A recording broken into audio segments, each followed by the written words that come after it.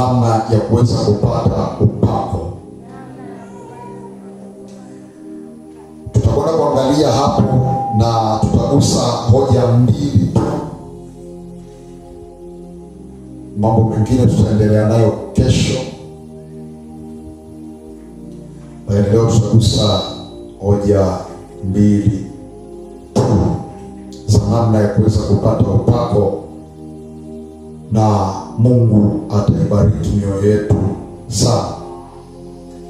Katika hatua hii ndipo ambapo mtu utajua ya kwamba una upako au hauna upako.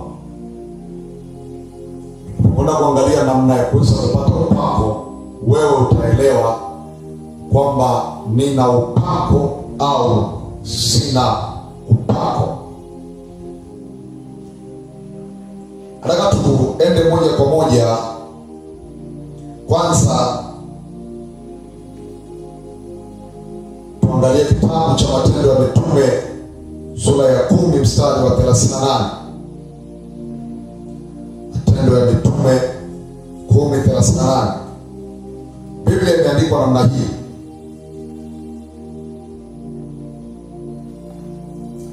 habari za Yesu wa Nazareti, jinsi Mungu alivyomtia mafuta kwa Roho Mtakatifu na nguvu, naye akazunguka huko na huko akitenda kazi njema na kuponya wote walioonewa na ibilisi, kwa maana Mungu alikuwa pamoja naye. Nataka nisome Biblia ya Kiingereza hapa. Ina maelezo, ina namna nzuri sana namna ambavyo imeweza kuandika. Inaandikwa, how God anointed Jesus of Nazareth with the Holy Spirit and with power, and how he went about doing good and healing all who were oppressed by the devil, for God was with him. Lakini nataka tulione lile neno, how God anointed Jesus of Nazareth. Namna Mungu alivyompaka mafuta, alivyomtia upako, alivyompa upako Yesu Kristo wa Nazareti. Manake anaonyesha namna Yesu alivyopata upako, kwamba Yesu yeye ambaye ni mtangulizi wetu, ambaye tunamwangalia, kuna namna ambayo aliweza kupakwa mafuta, kuna namna ambayo aliweza kutiwa upako. Sasa anasema namna Yesu alipoweza kutiwa upako na Roho Mtakatifu, maana yake tunajua na tunapata njia ya kwanza na namna ya kwanza ambayo mtu anapata upako ni kwa kujazwa Roho Mtakatifu. Kujazwa Roho Mtakatifu. Kujazwa Roho Mtakatifu. Hakuna namna ambayo tunaweza kuzungumza kuhusu upako alafu tusitaje Roho Mtakatifu. Hakuna namna ambayo tunaweza tukahubiri kwa habari ya upako alafu tusimtaje Roho Mtakatifu. Haiwezekani. Roho Mtakatifu alipokuwa ameshuka kwa Yesu, akampia mafuta. Baada ya kumtia mafuta, Yesu akaanza kwenda vijijini na mijini akiwa anahubiri Injili na akitenda mema, akiponya, akifungua. Lakini baada ya kutiwa mafuta na Roho Mtakatifu, sasa kila aliyejazwa Roho Mtakatifu ana kiwango fulani cha upako. Kila aliyejazwa Roho Mtakatifu ana kiwango fulani cha upako. wewe kama umejazwa Roho Mtakatifu una kiwango fulani cha upako, na kama hujajazwa Roho Mtakatifu ninakuombea neema katika jina la Yesu Kristo uweze kujazwa Roho Mtakatifu, kwa sababu Roho Mtakatifu ni kizalishaji cha Roho Mtakatifu. Roho Mtakatifu anasababisha upako.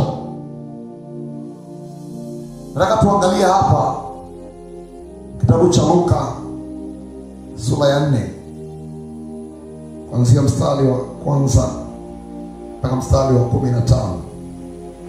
Luka sura ya 4 mstari wa kwanza mpaka 15.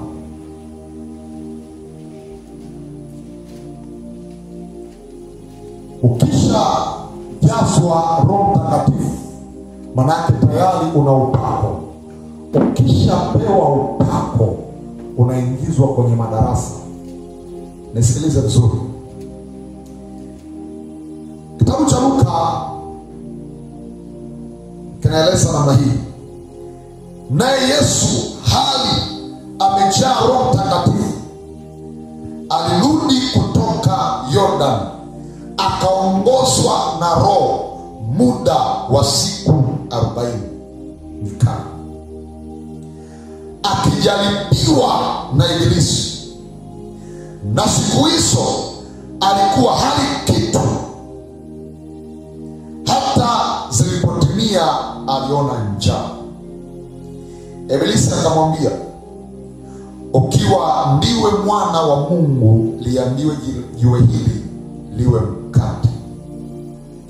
Yesu akamjibu, imeandikwa, mwanadamu hata ishi. Akamwendea akamuuliza, ikiwa wewe ni mwana wa Mungu, badili jiwe liweze kuwa mkate. Manake anazungumza na shetani atimize haja ya mwili wake, tamaa ya mwili wake ya kupata chakula. Upako ukishaingia ndani yako, moja ya jaribu ambalo litakuja kwako ni shetani kupatia mwili wako aina fulani ya tamaa. Asikana hujanielewa. Upako ukishaingia ndani yako, jaribu la kwanza la shetani ambalo atakuletea ni aina fulani ya tamaa kwa ajili ya kushibisha mwili wako. Anamwambia badili. Haina maana Yesu alikuwa hawezi kubadili. Alikuwa anaweza. Na wengine wamejikuta wanamtii shetani wakifikiri maelekezo ya Mungu. Alipoambiwa abadili, hakubadili. Akasema mwanadamu hataishi kwa mkate tu. Sasa upako uko namna hii. Ukianza kutumiwa na Mungu sana kwenye engo yako na watu wakakupenda sana, moja ya kitu ambacho shetani anaweza akakujaribu nacho ni tamaa ya pesa. Ukiwa upo kwenye sekta yako fulani, Mungu akakutumia sana, shetani anaweza akaja kukujaribu katika njia ya pesa. Utatengenezewa mazingira magumu ya kutokuwa na fedha. Ni kama njaa imeingia nyumbani kwako, lakini target ya shetani utumie upako ili kuweza kupata fedha. Manake utumie kwa ajili ya kutimiza haja yako ya mwili.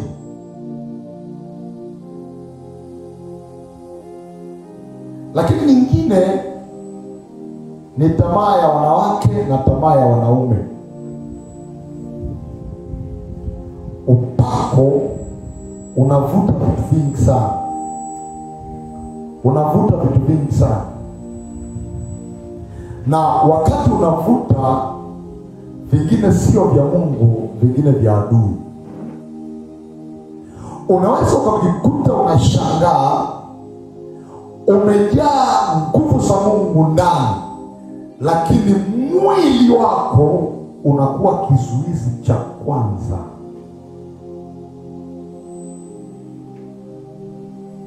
Unajiuliza, how comes I'm so powerful like this but I have lost? Inawezekanaje nimejaa nguvu namna hii lakini nasikia tamaa? Shetani ataingia kukujaribu katika namna hiyo. Ukishindwa kuishinda ile tamaa,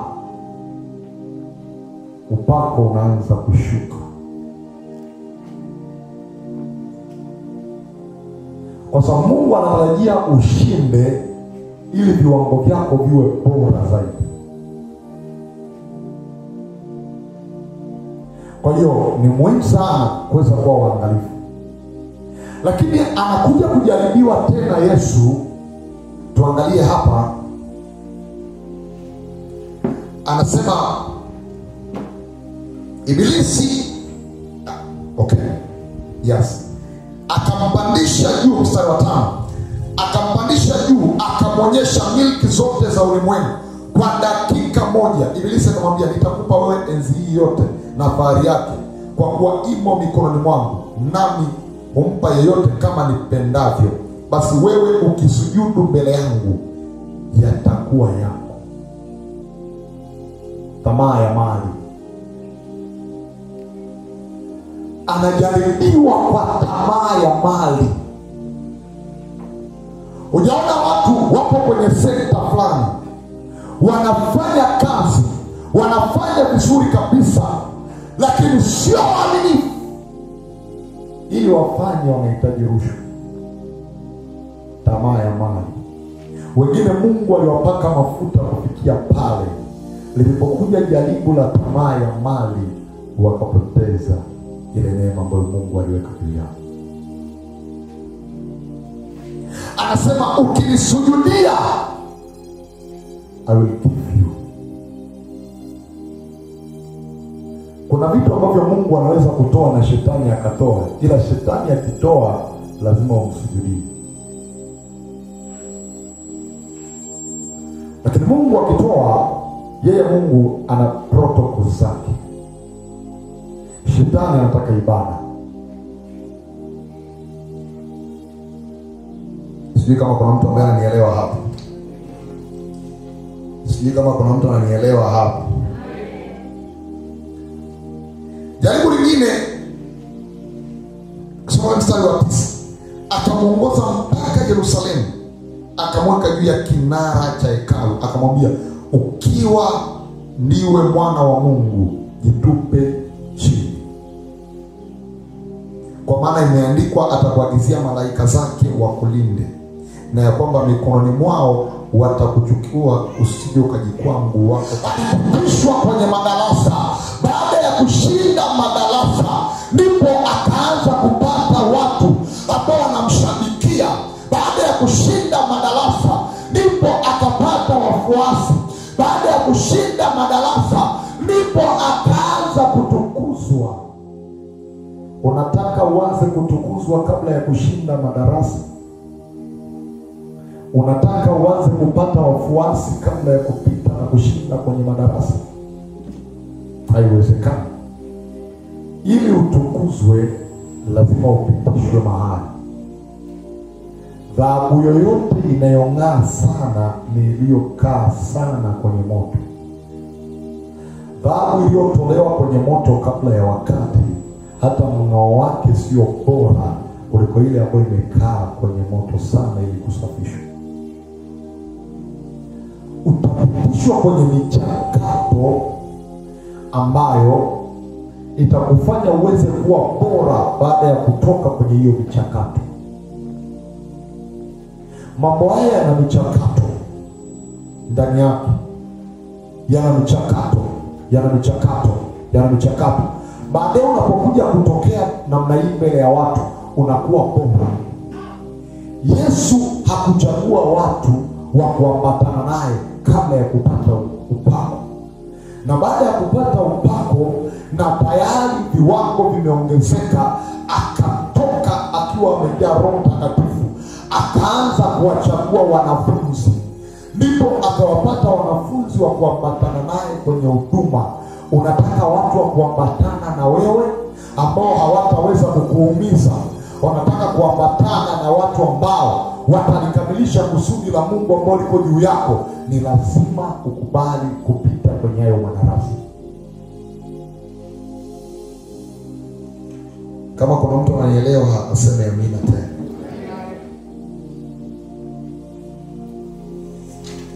Sasa ili kuchochea upako ambao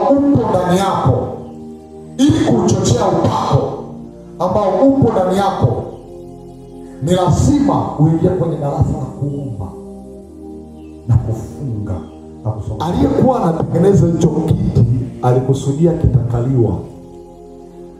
Ukikifanyia kwa matumizi mengine, umeondoa primary goal, lengo la mwanzo la kutumika hicho kiti. Wewe haujaja duniani kwa bahati mbaya. Aliyekuleta amekuleta kwa kusudi maalum. Hapo ulipo umelibeba kusudi ndani yako, na kusudi ambalo umelibeba ndilo ambalo linaamua mafuta ya kutiwa. Jana nilisema hivi, sanduku la agano lilikuwepo, vyombo vya madhabahu vilikuwepo. Haruni na wanawe tayari walitengwa kuwa makuhani, walitiwa mafuta ili wawe na kibali cha kufanya kazi ya ukuhani. Vyombo vile vilitiwa mafuta ili vifae kwa ajili ya kazi ya kikuhani.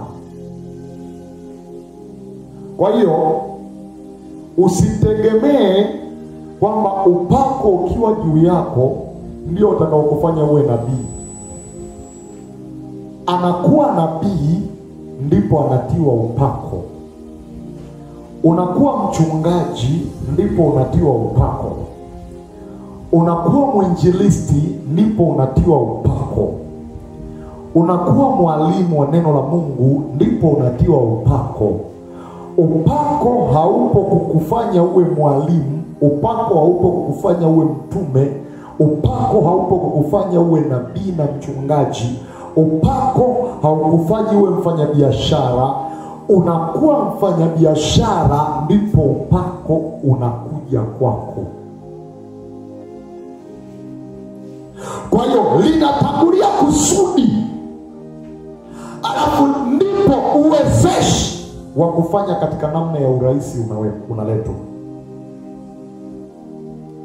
Haitangulii njia ya kufanya katika urahisi, yaani haitangulii nguvu itakao kurahisishia kufanya kazi, ila linatangulia kusudi, ili nguvu inapokuja ndipo ile kazi uifanye kirahisi, siwe na jibu. Sasa kwa mfano nikisema sasa anza kuomba na kuuchochea upako, au omba ili upate upako, utakuwa unaomba ili ukautumie kwenye engo ipi? Kwa sababu haujijui. Thamani ya kitu inaonekana baada ya kujulikana matumizi yake. Kisichokuwa na usichojua matumizi yake kwako hakina thamani. Ili upako uwe na thamani kwako, lazima ujue nikiupata ninaenda kuutumia wapi. Mimi najua nikihitaji upako ninaenda kuutumia wapi, najua.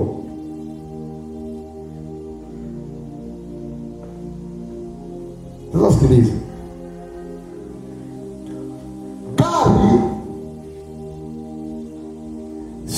gari zote, sio gari zote unazozijua zinatumia petroli. Gari zingine zinatumia diesel.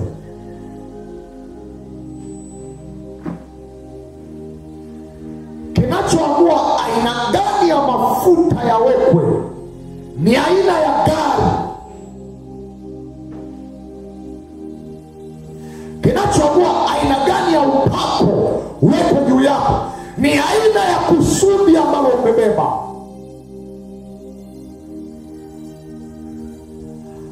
Sio mafuta ya diesel yanayopakwa kwenye mbao ili mchwa usiweze kula mbao. Ni mafuta fulani meusi, yani kasema oili chafu. Ni nini kusudi la Mungu lilo ndani yako? Hautauona uthamani wa upako kama hujui kusudi. Never. Kwa sababu kazi yake haitakuwepo. Utautumia wapi? Utafanya kazi wapi? Kwa sababu ili ufanye kazi lazima ujue upako na utaka nitauelekezea hapa. Ninautaka upako ili niweze kuyahubiri mataifa. Kwa hiyo lazima napotaka upako ninajua ni kwa ajili ya kuhubiria, kwa ajili ya kusaidia watu, kwa ajili ya kufungua watu, kwa ajili ya kuponya watu, na vyote vinavyohusiana na huduma yangu. Kwa hiyo nikienda kwa Bwana namwambia, Bwana, umenifanya kuwa namna hii, mafuta ya namna hii nayahitaji. Mhubiri mmoja wa zamani anaitwa Miles Monroe alifariki. Alikuwa na upako wa kufundisha na alikuwa na upako wa kushawishi mpaka viongozi wa kisiasa. Alikuwa anaitwa kwenda kuseminisha viongozi wa serikali, kuwapa semina za uongozi, kuwapa mafundisho